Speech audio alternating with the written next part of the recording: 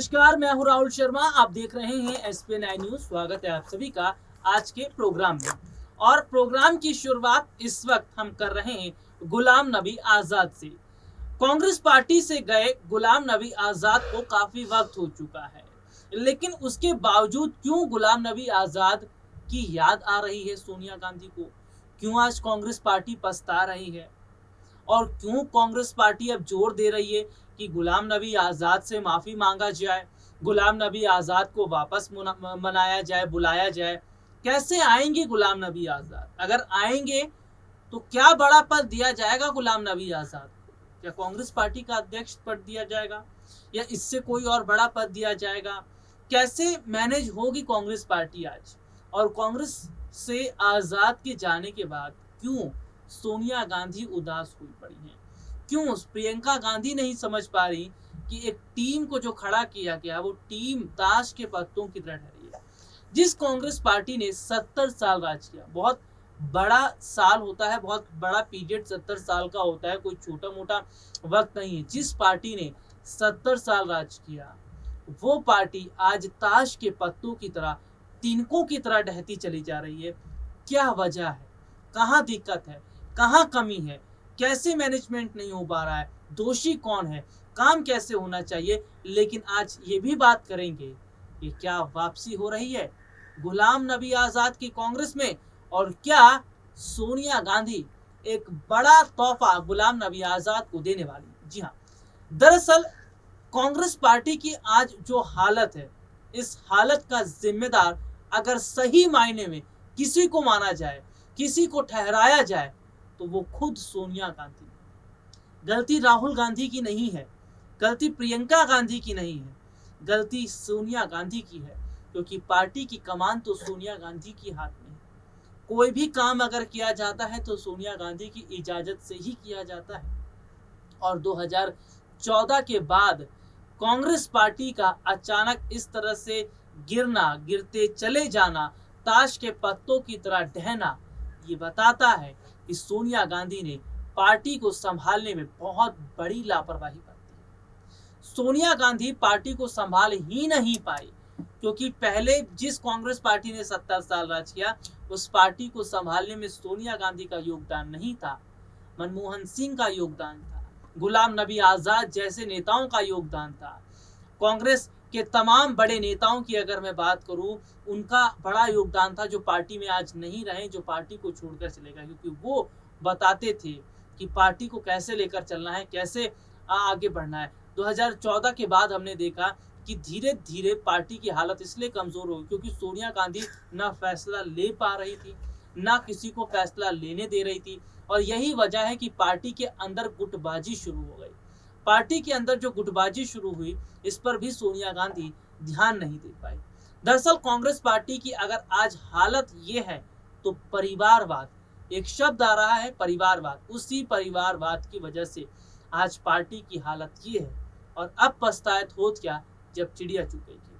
अब गुलाम नबी आजाद आएंगे कांग्रेस में या नहीं आएंगे, ये कह पाना बहुत मुश्किल है, लेकिन आजाद के जाने के बाद पार्टी की जो हालत है, इसे देखकर ये जरूर कहा जा रहा है कि पार्टी की एक ऐसी स्थिति बन चुकी है जो ना संभल पा रही है, ना सही ढंग से गिर पा रही है, और बस ये हम देख रहे हैं कि बस एक स्टैंड पर आकर खड़ी हो गई। राहुल गांधी चाहे जितनी यात्रा कर ले, प्रियंका गांधी चाहे जितनी रैली कर ले, लेकिन कांग्रेस पार्टी जब तक बूथ लेवल पर मजबूत नहीं होगी, जब तक जनता के साथ नहीं जुड़ेगी, तो इस यात्रा का कोई फायदा नहीं होगा, रैलियों का कोई फायदा नहीं होगा, प्रदर्शन का कोई फायदा नहीं होगा, क्योंकि जनता का सपोर्ट जरूरी है। जनता ने सपोर्ट किया था, तभी तो कांग्रेस पार्टी ने देश में 70 साल राज किया। लेकिन आज क्या देखा जा रहा है कि परिवारवाद की वजह से पार्टी के नेताओं ने पार्टी का साथ छोड़ना शुरू कर दिया। दरअसल 2014 के बाद और देखने को मिला कि सोनिया गांधी का स्वास्थ्य और खराब रहता रहा। कांग्रेस पार्टी में जरूरत पड़ गई थी एक ऐसे अध्यक्ष की जो पार्टी को संभाल सके, जो पार्टी को लीड कर सके, सबको साथ लेकर चल सके। लेकिन सोनिया गांधी ने ना खुद जिम्मेदारी संभाली, ना किसी को जिम्मेदारी संभाली थी। ऐसा नहीं है कि कांग्रेस में नेता नहीं थे, नेता थे। गुलाम नबी आजाद जैसे, कपिल सिब्बल जैसे नेता, RPN सिंह जैसे नेता और तमाम ऐसे नेता थे जिन्हें अध्यक्ष बनाया जा सकता था, लेकिन सोनिया गांधी ने उन्हें जिम्मेदारी नहीं दी, राहुल गांधी को जिम्मेदारी दी। राहुल गांधी जो राजनीति के उतने परिपक्व नहीं है, जिन्हें राजनीति के बारे में उतनी समझ नहीं है, और राहुल गांधी को अध्यक्ष बनाया और देखा, सबने देखा, तस्वीर देखी कि क्या कांग्रेस की हाल हुई। राहुल गांधी ने क्यों कांग्रेस पार्टी का साथ छोड़ा? इसीलिए तो क्योंकि वो अध्यक्ष पद पर रहकर काम नहीं कर पा रहे थे, अध्यक्ष पद पर रहकर पार्टी को नहीं संभाल पा रहे थे, उनकी बात नहीं सुनी जा रही थी। इसीलिए मजबूरन उन्हें इस्तीफा देना पड़ा कि उनके रहते ना तो पार्टी चुनाव जीत पा रही है, ना वोटर जुड़ रहे। तो ऐसे में उन्होंने कहा था कि उन्हें अध्यक्ष पद चाहिए ही नहीं, क्योंकि वो काम नहीं कर पा रहे। जब राहुल गांधी अध्यक्ष पद नहीं संभाल पा रहे थे, तो क्या जरूरत नहीं थी गुलाम नबी आजाद जैसे नेताओं को जिम्मेदारी देने की, या कपिल सिब्बल जैसे नेता, या और तमाम ऐसे नेता जो पार्टी को छोड़कर चले गए? अगर उनमें से किसी एक अनुभवी को पार्टी के अध्यक्ष पद की कमान दी जाती, तो क्या ये आज हालत रहती? लेकिन यहाँ पर चौंकाने वाली बात कितनी है, ये है कि सोनिया गांधी चाहती तो प्रियंका गांधी को दे सकती थी अध्यक्ष पद की जिम्मेदारी की, चलिए प्रियंका गांधी के नेतृत्व में काम हो। लेकिन हैरानी वाली बात है कि सोनिया को प्रियंका गांधी पर भी भरोसा नहीं है। अध्यक्ष पद को लेकर मारामारी आज के समय से नहीं हो रही है, 2014 से चल रही है, और 2014 से आज 2022 चल रहा है। देखिए कितने वर्ष बीत गए, लेकिन कांग्रेस पार्टी एक अध्यक्ष पद नहीं चुन पाई, तो चुनाव क्या जीतेगी? विधानसभा चुनाव में कैंडिडेट क्या खड़ा करेगी? बूथ लेवल पर खुद को मजबूत कैसे करेगी? जब पार्टी के भीतर का पार्टी का मालिक ही नहीं चुना जा पा रहा है, तो कैसे ये लोग चुनावी मैदान में उतरेंगे?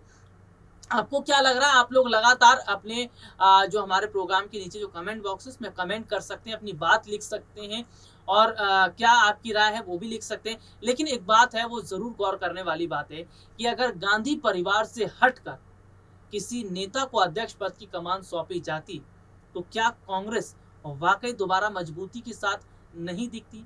अगर गुलाम नबी आजाद का जिक्र कर ही रहे हैं, क्या गुलाम नबी आजाद के हाथ में अगर पार्टी आती, तो क्या सही नहीं रहता?